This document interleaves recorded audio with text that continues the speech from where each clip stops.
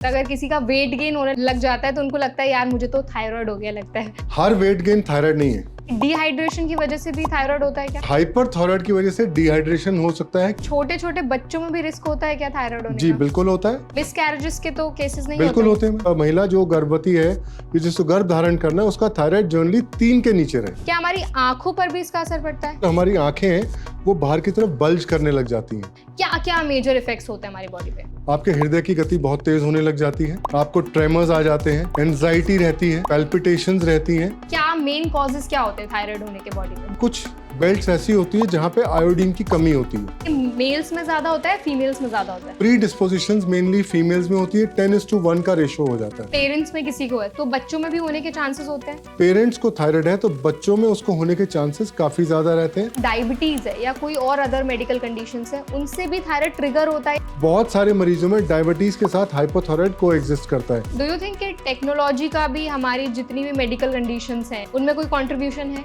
YouTube पे देख लेते हैं कि अगर हम थायराइड की ओवरडोज खाएंगे मेटाबॉलिक रेट बढ़ेगा और हमारा वजन कम हो जाएगा। मतलब किस स्टेज पे जाके एकदम ऐसा हो जाता है कि इसको ट्रीट किया ही नहीं जा सकता? हृदय की गति बहुत तेज हो जाती है जिसकी वजह से कई बार हार्ट फेलियर तक के साइंस हो जाते हैं। थायराइड को कंप्लीटली रिवर्स किया जा सकता है?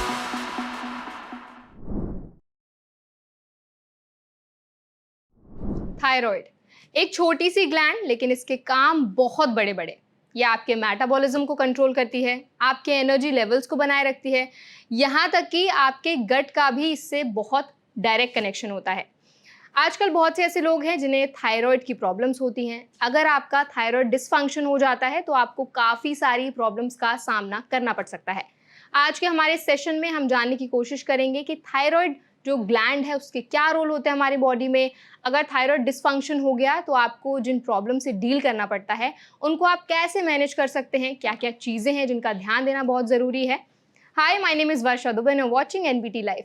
आज हमारे साथ इन सारी टॉपिक्स पे बात करने के लिए मौजूद हैं internal medicine specialist doctor Vikramjit Singh. Hello doctor. Ma'am how are you? I am fine, thank you. Thank you so much sir for coming.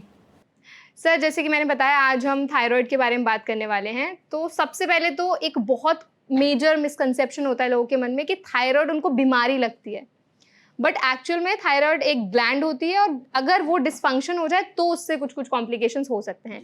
तो मैं आपसे पहले जानना चाहूँगी कि थायराइड जो ग्लैंड होती है उसके हमारी बॉडी में क्या रोल्स होते हैं, क्या फंक्शन होता है? देखिए, थायराइड बॉडी का एक बहुत इंपॉर्टेंट ग्लैंड है, हम इसको मास्टर ग्लैंड भी कहते हैं। थायराइड यहाँ आपके आगे होता है, एक बटरफ्लाई जो के साइज का एक ग्लैंड होता है और इसका काम होता है आपके मेटाबॉलिज्म को रेगुलेट करना। अब आप समझ सकती हैं जब ये मेटाबॉलिज्म को रेगुलेट करता है तो कितना इंपॉर्टेंट ग्लैंड होगा। तो जिस प्रकार से आप अपनी एनर्जी का इस्तेमाल करती हैं उसको ये डिटरमाइन करता है आपकी बॉडी में कितनी एनर्जी कैसे यूज होगी। हर एक सेल एनर्जी यूज करता है and that all is determined by thyroid. तो थायराइड ही उसको डिटरमाइन करता है। इसका असर आपके ग्रोथ पे रहता है, मेंटल कॉग्निशन पे रहता है, यहाँ तक कि आपके हृदय की गति, उसकी जो हार्ट की जो मसल्स है उनका जो कॉन्ट्रैक्शन का फोर्स है तो उनको रेगुलेट करता है।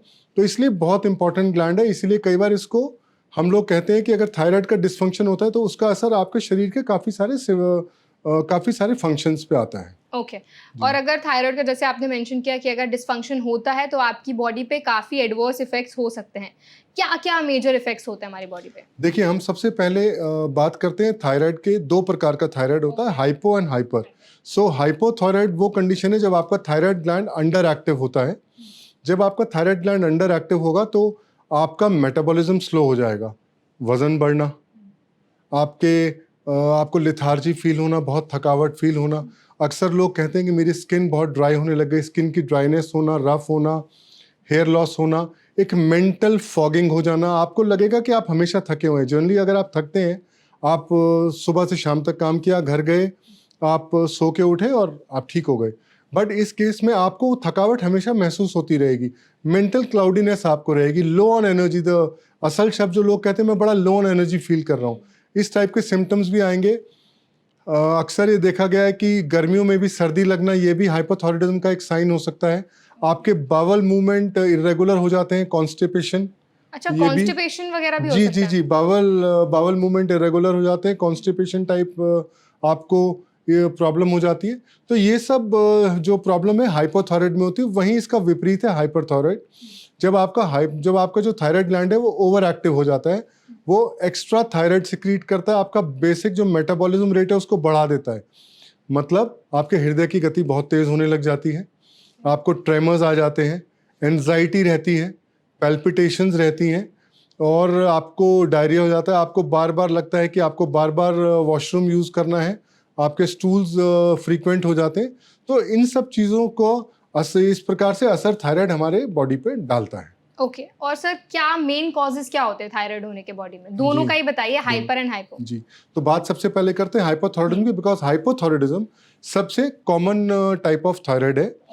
अब देखिए, थायराइड हाइपोथायराइड के 2-3 कारण होते हैं इंपॉर्टेंट। इसका सबसे पहला हम बात करेंगे इस प्रकार से कि कुछ बेल्ट्स ऐसी होती है जहाँ पे आयोडीन की कमी होती है, आयोडीन डेफिशिएंट बेल्ट्स। वहाँ पर आयोडीन की कमी होना इसका सबसे बड़ा कारण होता है, जिसका उदाहरण हो गया सेंट्रल एशिया, हमारे हिमालय के पार्ट, जम्मू कश्मीर, हमारा पहाड़ी इलाका, यहाँ तक कि बंगाल के कुछ इलाके तक। और दूसरा जहाँ पे आयोडीन की डेफिशिएंसी नहीं होती, जो बेल्ट्स के खाने में, लाइक जहाँ पे सी फूड बहुत खाया जाता है, या आपका यूरोप हो गया, डेवलप्ड वर्ल्ड हो गया, वहाँ पर ऑटो इम्यून थायराइडाइटिस होता है। अब ऑटो इम्यून का मतलब होता है कि आपकी जो इम्यून जो प्रणाली है बॉडी की, वो कहीं से थायराइड ग्लैंड से एक रॉन्ग सिग्नल लेती है और वो उसी के अंदर इन्फ्लेमेशन पैदा कर देती है, और बाद में थायराइड सेल्स इवेंचुअली डिस्ट्रक्ट हो जाते हैं। तो उसकी वजह से भी हाइपोथायराइड होता है। तो ये 2 मेन कारण हैं इसके। जहाँ पर थायराइड डेफिशिएंसी है वहाँ पे जहाँ पे आयोडीन डेफिशिएंसी वहाँ आयोडीन की कमी, और जहाँ पे आयोडीन सफिशिएंसी है वहाँ पे ऑटोइम्यून थायराइडाइटिस। ये 2 मेन कारण है। इसके अलावा कुछ दवाइयाँ, हम कुछ हार्ट पेशेंट्स को कुछ दवाइयाँ देते हैं जैसे एमेडेरॉन, वो भी हाइपोथायराइड करती हैं। या कई बार देखा गया है कि बचपन से कंजेनाइटल एजेनेसिस होता है, बहुत रेयर केस है, जब जो बच्चे होते हैं उनमें थायराइड का ग्लैंड ही छोटा होता है, ये भी हो गए। और इसके अलावा पिट्यूटरी ग्लैंड्स के, क्योंकि थायराइड का जो फंक्शनिंग है उस पर पिट्यूटरी ग्लैंड पर निर्भर है, तो इसलिए उसके अंदर अगर कोई प्रॉब्लम हो तो ये मेन कारण होते हैं दोनों थायराइड होने के। जी। डॉक्टर, थायराइड अगर फॉर एग्जांपल पेरेंट्स में किसी को है तो बच्चों में भी होने के चांसेस होते हैं? देखिए, मैं ये तो आपसे नहीं क्लियर कट कहूंगा कि टोटली जेनेटिक प्रीडिस्पोजिशन पे, मगर हाँ, अगर पेरेंट्स को थायराइड है तो बच्चों में उसको होने के चांसेस काफ़ी ज़्यादा रहते हैं, खास तौर पे ऑटोइम्यून हाइपोथायराइडिज्म, जो हाशिमोटोज जिसको हम कहते हैं। इसीलिए उन बच्चों को अपना लाइफस्टाइल को, अपने आदतों को सुधारना पड़ेगा, जैसे कि उनके लाइफस्टाइल में डाइट, स्ट्रेस, एडिक्वेट स्लीप, इन चीज़ों का हमें ध्यान रखना पड़ेगा ताकि वो उस चीज़ से बच पाए। हेल्दी लाइफस्टाइल हमें रखना चाहिए। ओके और ये मेल्स में ज़्यादा होता है, फीमेल्स में ज़्यादा होता है? मैम, प्री डिस्पोजिशंस मेनली फीमेल्स में होती है, 10:1 का रेशो हो जाता है। तो फीमेल्स में हाइपोथायराइडिज्म ज़्यादा होता है, इसलिए। ओके सर, सोशल मीडिया पे ना अलग अलग तरीके की इन्फॉर्मेशन वायरल होती रहती है, तो ऐसे में कुछ पोस्ट हमें भी मिले थे जिसमें बताया जा रहा था कि अगर आपको थायराइड है तो आपको कैबेज नहीं खाना चाहिए, कॉलीफ्लावर नहीं खाना चाहिए। तो एक्चुअल में ट्रू होता है नहीं खाना चाहिए? देखिए, कुछ सब्जियां जिनकी आप बात करें इनको हम गॉइट्रोजेनिक बोलते हैं। अब सपोज आपको गॉइटर है, गॉइटर होता है, आपने देखा होगा किसी किसी के यहाँ पे बड़ी बड़ी गांठें होती हैं, कई बार सुना होगा कि आधा किलो का वो थायराइड ग्लैंड निकाला, उसको हम गॉइटर कहते हैं। अब ये थायराइड आयोडीन डेफिशिएंसी से भी होता है और इवन ऑटोइम्यून थायराइडाइटिस से भी होता है। पर अगर आपको गॉइटर है या अगर आपको हाइपोथायराइडिज्म है तो कुछ आपको चीज़ें नहीं खानी है जो कि आपकी बॉडी में आयोडीन को बढ़ाती हैं। तो उनमें आता है cabbage, broccoli and cauliflower. Okay तो इनको हम अवॉइड जनरली करना चाहिए, ऐसा नहीं। बट अगर आप इसको अच्छे से पका के खाएंगे तो आप समझ लीजिए कि इसका नुकसान कम होता है। आइडियली थायराइड की बीमारी में ऐसी कोई चीज़ नहीं है जिसको आपको परहेज करना है। आप सब कुछ खा सकती हैं, बट अच्छे से पकाना होगा इन चीज़ों को। ओके ऑल्सो सर, आजकल जैसे आपने सॉल्ट की बात की थी, तो आजकल ना लोग रॉक सॉल्ट खाते हैं क्योंकि उनको लगता है कि आयोडीन वाले सॉल्ट उनके लिए इतने अच्छे नहीं है। तो एक्चुअल में रॉक सॉल्ट खाना चाहिए या आयोडीन वाले सॉल्ट को ज़्यादा प्रायोरिटी देनी चाहिए? देखिए, आयोडीन की मात्रा हर इंसान के लिए करीब 150 मिलीग्राम होनी ज़रूरी है। अगर आप रॉक सॉल्ट खा रहे हैं और आप इसको लंबे समय तक खाते रहेंगे तो उसमें आयोडीन की मात्रा नेग्लिजिबल होती है। वो उनके लिए अच्छा है जिनका बीपी कम होता है, बट जो ऑलरेडी थायराइड रिप्लेसमेंट पे रहते हैं, जिनका बीपी ज़्यादा होता है और वो रिप्लेसमेंट में रहते हैं। बट मेरे हिसाब से एक जो आजकल आयोडाइज सॉल्ट्स आते हैं इसको लेना ज़रूरी है, क्योंकि आपको उस अमाउंट को रोज लेना है जो कि आपकी बॉडी में थायराइड फंक्शंस को नॉर्मल रख सके। ओके। जी। लोगों में ना एक बहुत कॉमन मिसकंसेप्शन होता है, अगर किसी का वेट गेन होने लग जाता है तो उनको लगता है यार मुझे तो थायराइड हो गया लगता है। तो ये बात जो है कितनी सही है? हमारे पास बहुत से मरीज इस प्रकार से आते हैं, बट मैं आपको बता दूं कि अगर आपको हाइपोथायराइड है, इवन वो अनकंट्रोल्ड है, तो भी वेट गेन जो है वो 3 से 5 किलोग्राम से ज्यादा नहीं होता। अब अगर कोई व्यक्ति आपके पास आए और बोले कि मेरा वजन 120 किलोग्राम है और मुझे थायराइड हो गया इसलिए मेरा वजन बढ़ गया, ऐसा नहीं है। तो 3 से 5 किलोग्राम का वजन बढ़ता है इसमें, और जब आप दवाई ले लेंगे वो दवाई एडिक्वेटली अपना काम करेगी तो भी वजन इतना ही कम होगा। तो जो मेन वजन कम करने का जो तरीका है वो आज भी वही है जो हम पहले कहते थे कि लाइफस्टाइल सुधारें, एक्सरसाइज करें। थायराइड आपके वजन का फर्क 3 से 5 गेन या 3 से 5 लॉस, इससे ज्यादा कुछ नहीं होता। अच्छा, तो जो लोग बोलते हैं कि अगर मेरा वेट गेन हो गया तो उनको थायराइड हो गया, ऐसा कुछ नहीं है? हर वेट गेन थायराइड नहीं है। अच्छा, कैसे डिफरेंशिएट कैसे होता है डॉक्टर?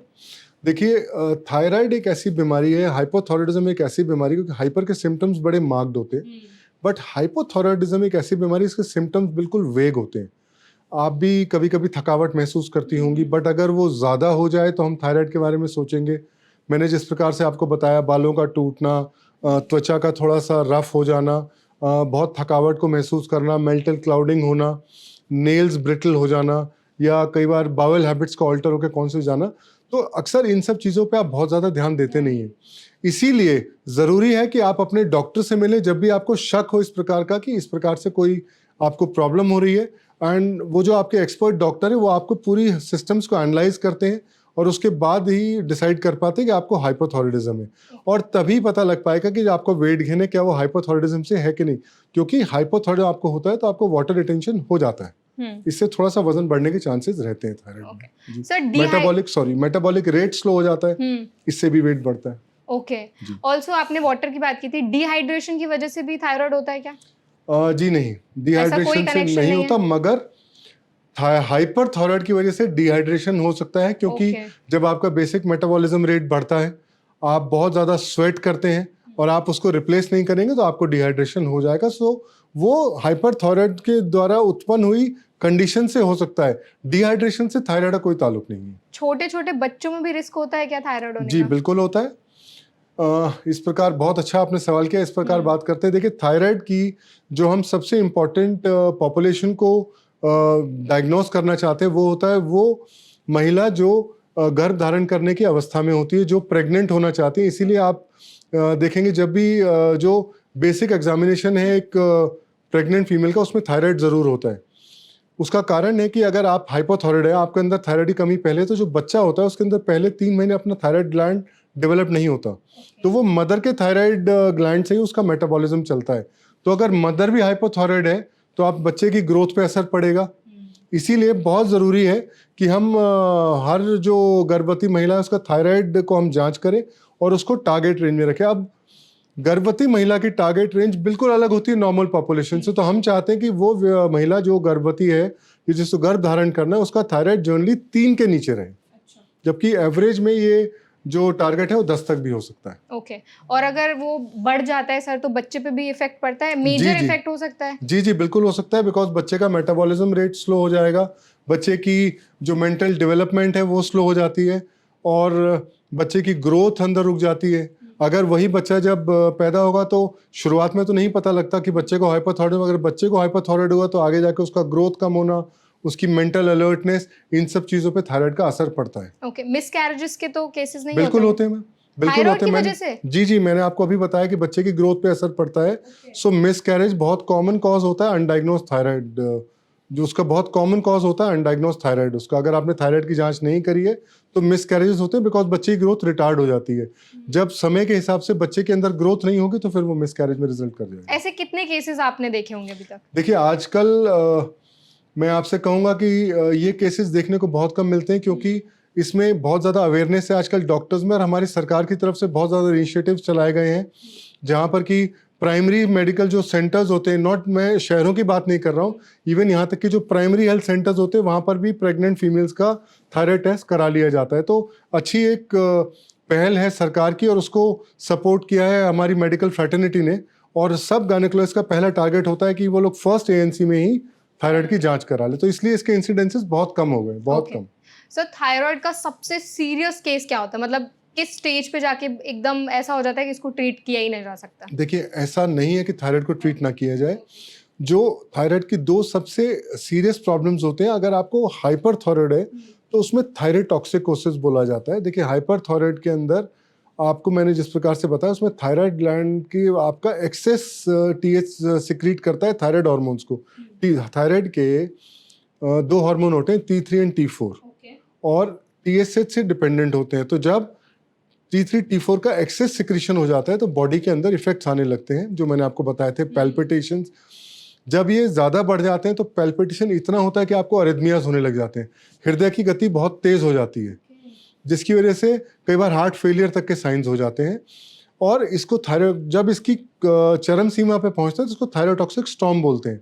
बट भगवान की दया से आज हमारे पास ऐसी दवाइयां हैं जहां पर हम इसको कंट्रोल कर सकते हैं, इसको रोक सकते हैं।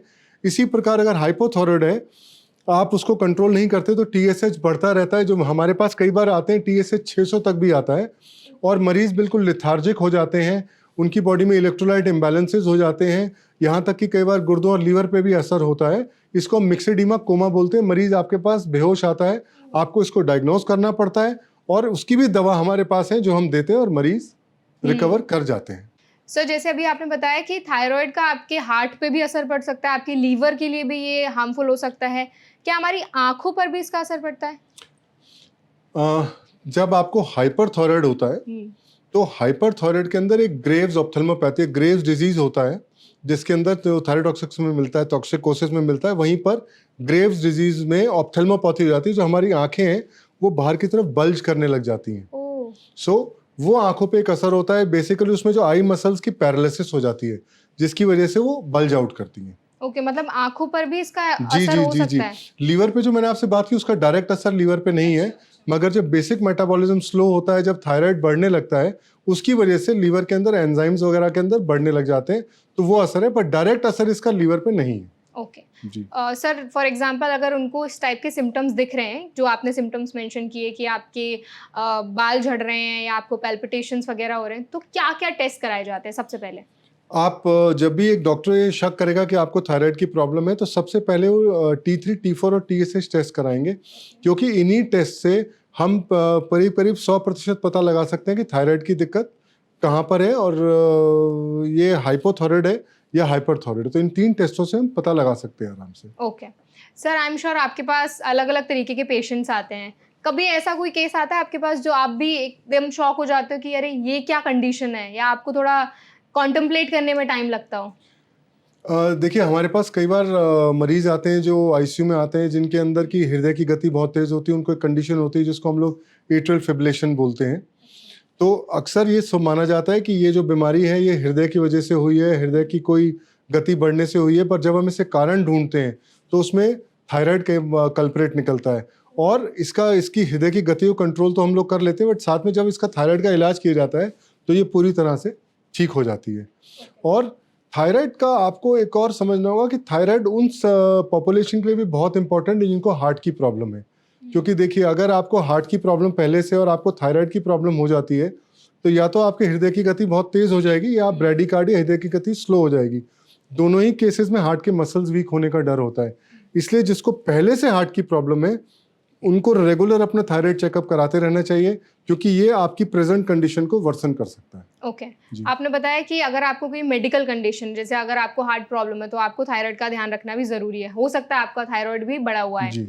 सर अगर किसी को डायबिटीज है या कोई और अदर मेडिकल कंडीशंस है, उनसे भी थायराइड ट्रिगर होता है या उसका कुछ रिलेशन होता है? देखिए, थायराइड का डायरेक्ट रिलेशन तो डायबिटीज से नहीं है, मगर ये दोनों ही आजकल अगर आप देखेंगे तो दोनों ही लाइफस्टाइल प्रॉब्लम्स हैं। तो जिस प्रॉब्लम की वजह से आपको डायबिटीज हुई, डायबिटीज भी अनुवांशिक है।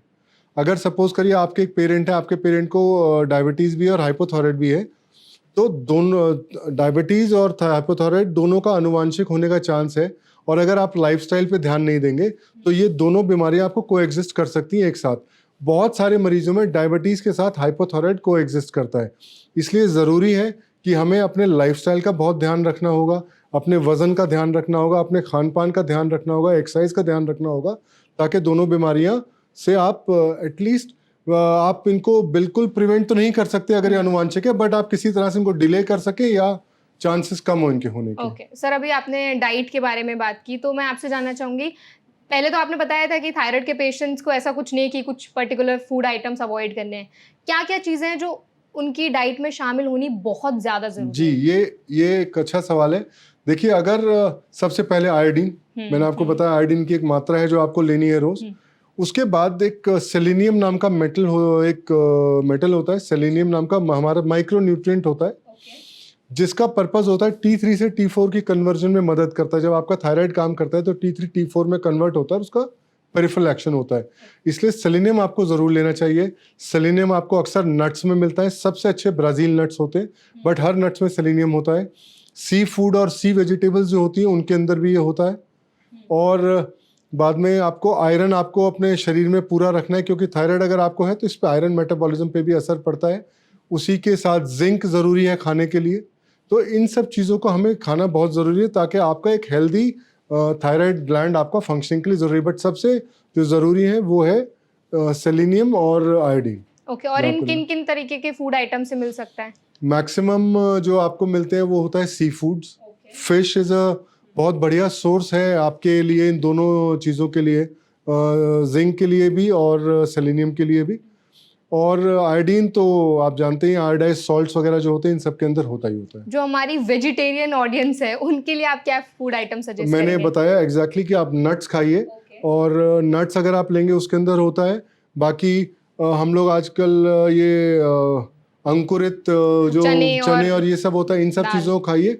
सो अंकुरित दालें खाइए। इन सब चीज़ों को अगर आप खाते हैं तो आपके अंदर जो न्यूट्रिएंट्स हैं वो पूरे जाएंगे, माइक्रो न्यूट्रिएंट्स आपके अंदर पूरे जाएंगे। अगर आप डायबिटीज़ से ग्रस्त हैं या अगर आपको हार्ट की प्रॉब्लम है तो कुछ माइक्रो न्यूट्रिएंट्स की जो टैबलेट्स आते हैं, जो सप्लीमेंट्स आते हैं, अपने डॉक्टर से सलाह करके उसको ज़रूर लीजिए। ओके सर, थायराइड के बारे में हम बात कर रहे हैं तो बहुत से लोग ऐसे बोलते हैं अगर आपको थायराइड है तो आपको जूसेस नहीं पीने चाहिए क्योंकि उनमें फाइबर सारा चला जाता है और आपको ना फ्रूट्स ज़्यादा खाने चाहिए। तो ये बात कितनी सही है? देखिए, इसका कोई कोरिलेशन नहीं है।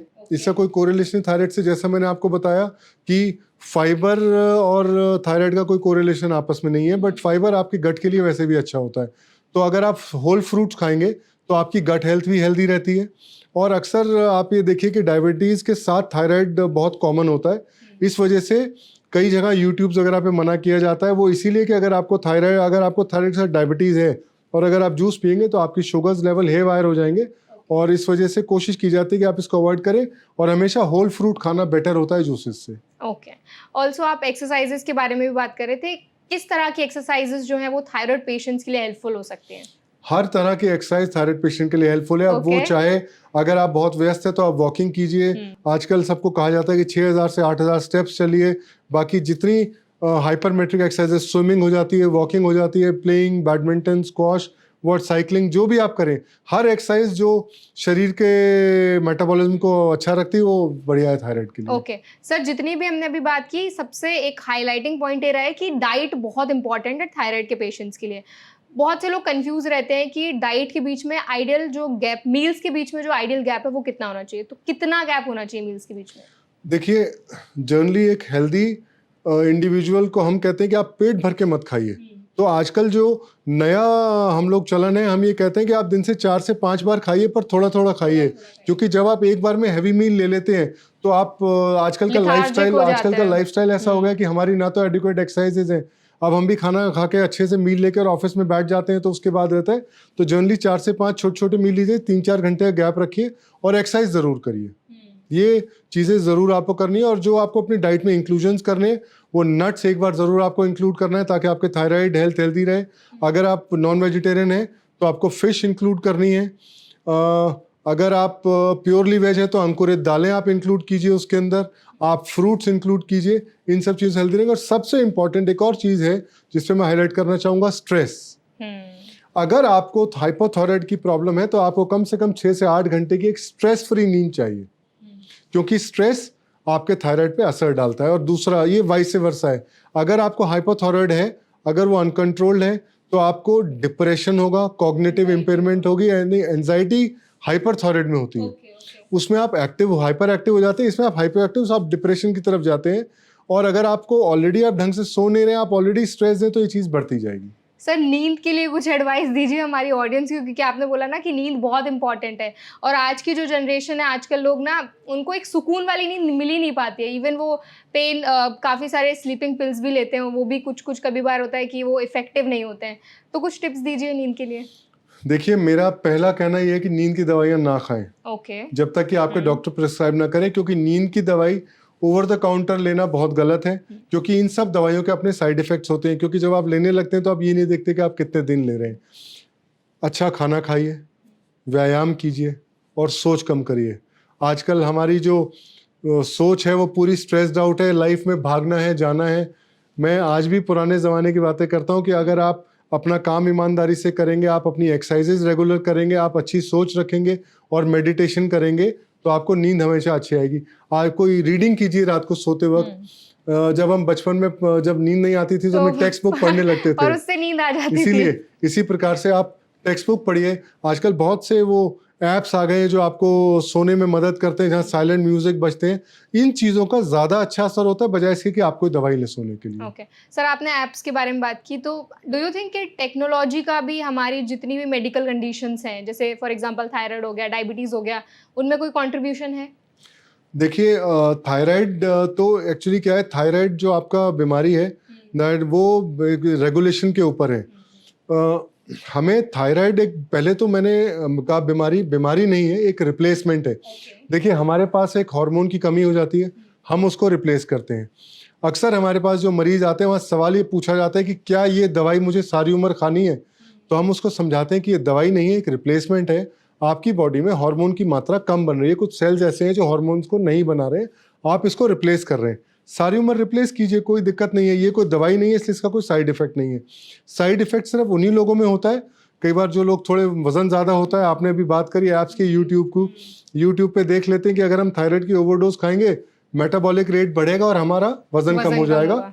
ये गलत है। वो जाते हैं, इस कंडीशन को हम हाइड्रोजेनिक हाइपरथायराइड बोलते हैं, जहाँ पे दवाइयाँ खा के वो हाइपरथायराइड स्टेट में चले जाते हैं और उसके अलग इफेक्ट होते हैं। दूसरा, जो टेक्नोलॉजी का जो ज़्यादा यूज़ है वो आता है शुगर के अंदर, जहाँ पे आपने देखा होगा कि वो सेल्फ ग्लूकोज मॉनिटरिंग होती है, आजकल मॉनिटर्स आ गए। सो थायराइड के अंदर आपको टेस्ट कराना होता है 4 से 6 हफ्ते में। आपका डॉक्टर उसको आपकी दवाई को रेगुलेट करते हैं और जब टारगेट लेवल्स आ जाते हैं तो हम टेस्टिंग के लिए भी फिलहाल 3 से 6 महीने का समय दे देते हैं, और जिस डोज पे स्टेबल है वो डोज सालों साल चलती है। ओके जी सर, अभी आपने जैसे मेडिकेशंस के बारे में बात की, क्या क्या ट्रीटमेंट्स अवेलेबल हैं थायराइड के लिए? अगर हम हाइपोथायराइडिज्म से शुरू करते हैं तो हाइपोथायराइडिज्म के लिए आप लीवोथायरोक्सिन देते हैं।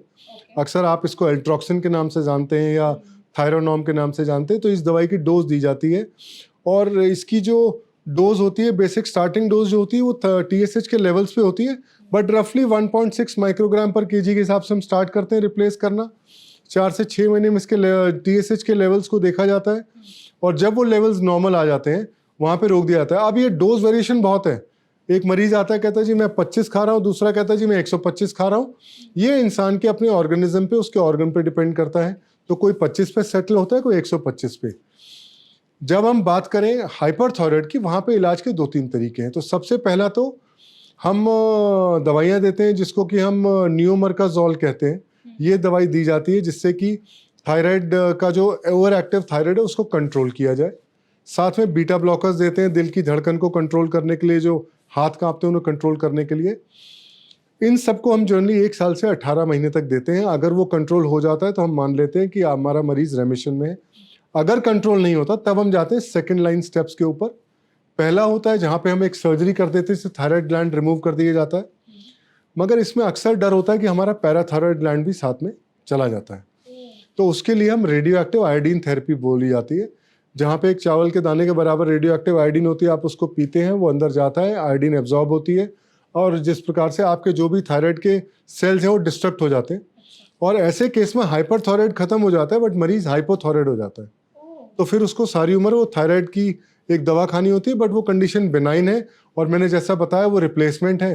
तो रिप्लेसमेंट करते रहिए और मरीज ठीक चलता रहता है, बट जो मार्क्ड सिम्टम्स हैं वो खत्म हो जाते हैं। सर, अभी आपने बताया था थायराइड के ट्रीटमेंट के बारे में हमने बात की, तो I want to know from you कि थायराइड को कम्प्लीटली रिवर्स किया जा सकता है क्या? देखिए, थायराइड मैंने आपको बताया कि थायराइड होने के दो कारण हैं, आयोडीन डेफिशिएंसी और ऑटो इम्यून हाइपोथायराइडिज्म।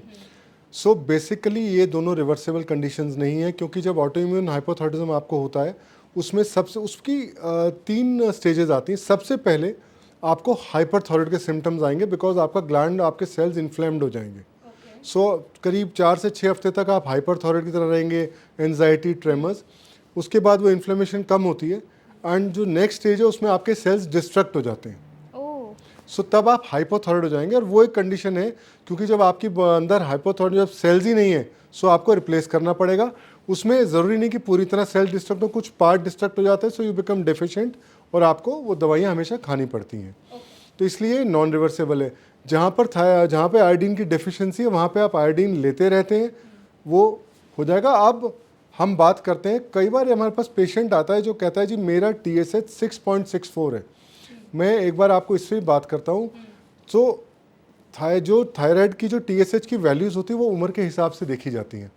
सो अपोज मेरे पास अगर कोई 70 साल के बुजुर्ग आते हैं और उनका TSH अगर 9 होता है तो मैं उसका इलाज नहीं करूँगा, बिकॉज उम्र के साथ TSH के वैल्यूज़ बढ़ते हैं। बट अगर कोई जवान आदमी या जवान व्यक्ति मेरे पास आता है जिसका TSH 6.23 हो और अगर उसे सिम्टम नहीं है, तो हम उसे कहते हैं कि आप एंटी TPO एंटीबॉडीज़ कराइए। क्योंकि ये एंटीबॉडीज़ बताती हैं कि क्या ऑटो इम्यून थायराइडाइटिस की एक्टिविटी हो रही है कि नहीं। अगर ये पॉजिटिव है तो हम उसका इलाज करते हैं, अगर उसको सिम्टम्स है जो मैंने आपको पहले गिनाए सारे, तो हम उसको ट्रीटमेंट करते हैं। अदरवाइज हम फॉलोअप करते हैं, उसे कहते हैं कि 4 से 6 हफ्ते के बाद दोबारा TSH करा के आइए। और बहुत सारे केसेस में वो TSH अपने आप कम हो जाता है, और इसीलिए ये वर्ड चला कि रिवर्सेबल थायराइड। बट वो प्रॉपर थायराइड नहीं होता, वो सब एक्यूट हाइपोथायराइडिज्म होता है, या सब क्लिनिकल हाइपोथायराइडिज्म होता है, जिसका कि इलाज तभी किया जाता है अगर उसकी कुछ कंडीशंस पॉजिटिव हो। या तो आप महिलाएं गर्भवती हैं या गर्भ धारण करने की इच्छा रखती हैं, अगर आपकी TPO एंटीबॉडीज पॉजिटिव है, या आप सिम्टोमेटिक हैं। ओके, मतलब थायराइड को रिवर्स तो नहीं किया जा सकता, लेकिन आपको लाइफ टाइम उसको कंट्रोल या मैनेज जी। करना पड़ेगा, जस्ट लाइक डायबिटीज। जी जी जी। ओके, अब थायराइड का कंट्रोल अक्सर पूर्ण होता है जी, डायबिटीज़ का कंट्रोल अक्सर ऊपर नीचे होता रहता है। सो थायराइड भी मिक्स एंड मैच की तरह है। सो आपको मैंने 6 हफ्ते बाद देखा, आपका TSH 12 से कम होके 8 आ गया, तो मैं आपकी डोज को एडजस्ट कर दूंगा। फिर 3 महीने के बाद हमने देखा कि वो 3 चल रहा है, तो जितनी डोज थी आप उसी पे चल रही हैं। आप मेरे पास 2 साल बाद आए, आपका थायराइड बढ़ के 6 हो गया, तो फिर गोली को थोड़ा सा बढ़ा देंगे, फिर करेंगे। तो you just have to mix and match, but ये पूर्णतः कंट्रोल रहता है। इसे कंट्रोल होने के बाद एक आम आदमी की ज़िंदगी पे कोई बीमारी का फ़र्क नहीं पड़ता। लाइफ टाइम मेडिसिन जी, जी, लेनी जी। पड़ती है। जी जी जी। और मैंने जैसा बताया कि एक बार वो स्टेबल हो जाए तो फिर आपको अपने डॉक्टर को हर बार विजिट करना देते हैं। हम तो 6 महीने में, साल भर में ही विजिट करने को कहते हैं। ओके सर, हमने हाइपर और हाइपोथायराइडिज्म के बारे में बात की, क्या और भी तरह के थायराइड्स होते हैं? जी देखिए, एक तो सब क्लिनिकल हाइपोथायराइडिज्म था जो मेरी आपसे बात हुई। जी जी।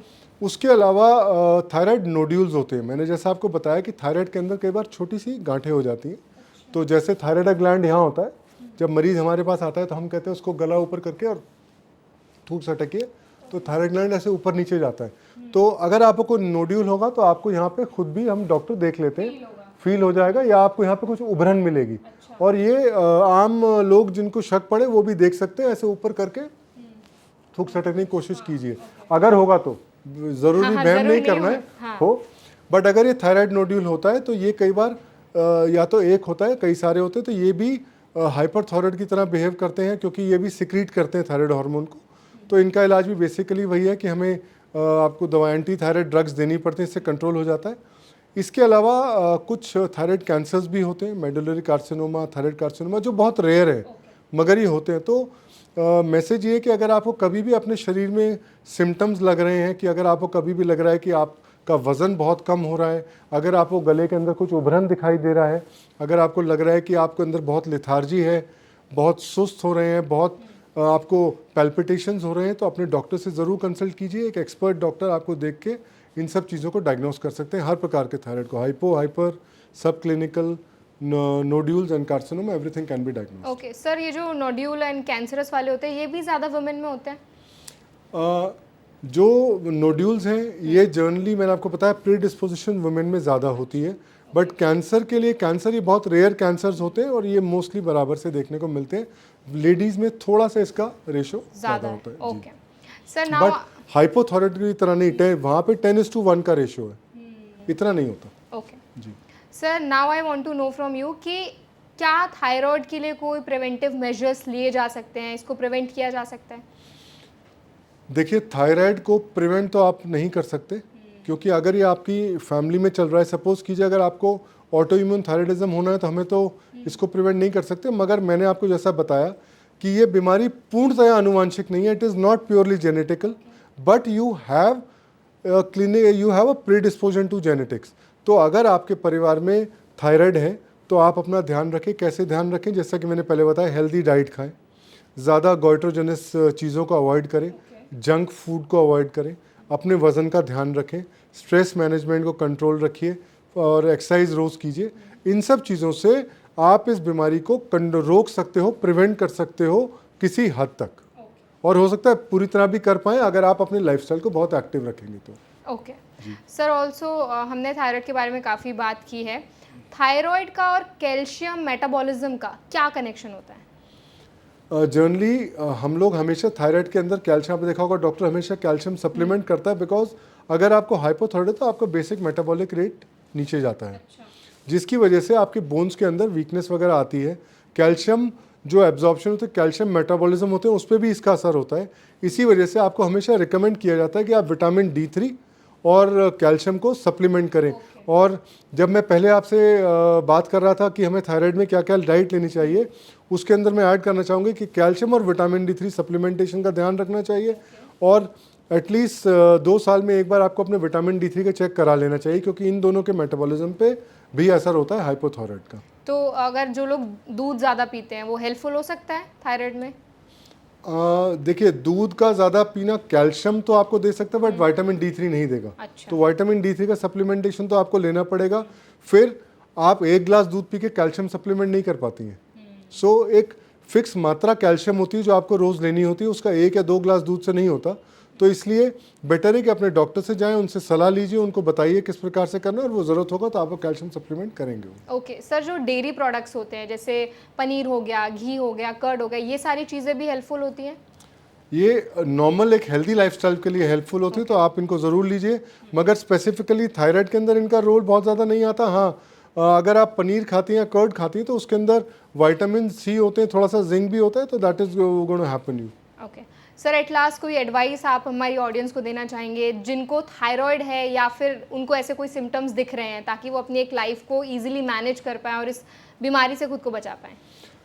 मैं सिर्फ यही कहना चाहूँगा कि थायराइड के सिम्टम्स बहुत वेग होते हैं, बहुत वेग सिम्टम्स हैं। मैं दोबारा दोहराता हूँ ताकि पता रहे। देखिए, अगर आपको लग रहा है कि आपका वज़न बढ़ रहा है या कम हो रहा है, अगर आपके पैरों पे सूजन आ रही है, चेहरे के नीचे सूजन आ रही है, अगर आपकी बावल हैबिट्स चेंज हो रही हैं, कॉन्स्टिपेशन हो रही है या डायरिया होना स्टार्ट हो गया जो पहले आपको नहीं होता था, अगर आपको ज़्यादा ठंड लग रही है या ज़्यादा गर्मी लग रही है, क्योंकि अगर आपको हाइपोथायराइडिज्म है तो आपको कोल्ड इंटॉलरेंस होगा, अगर आप हाइपरथायराइड हो तो आपको हीट इंटॉलरेंस होगा, आपको पसीना ज़्यादा आ रहा है या पसीना नहीं आने लगा, बालों पे आते हैं कि थायराइड से अक्सर बालों पे फ़र्क पड़ता है, तो क्या कर सकते हैं? आप अपने बेसिकली तो थायराइड को कंट्रोल कीजिए। जब थायराइड कंट्रोल होगा तो बाल अपने आप ठीक हो जाएंगे। साथ में हम बायोटिन के सप्लीमेंट्स भी प्रेस्क्राइब करते हैं, इनसे बालों को अच्छे से कंट्रोल किया जा सकता है। अगर ये सारे सिम्टम्स हमारे को मिल रहे हैं और तो मुझे, और ये बड़े वेग सिम्टम्स होंगे, बट फिर भी इन सिम्टम्स को आप नज़रअंदाज ना करें, अपने डॉक्टर से मिलें, अपने मेडिकल स्पेशलिस्ट से मिलें और वो आपकी जांच करेंगे। अगर उन जांचों में थायराइड आते हैं तो उसका इलाज होगा।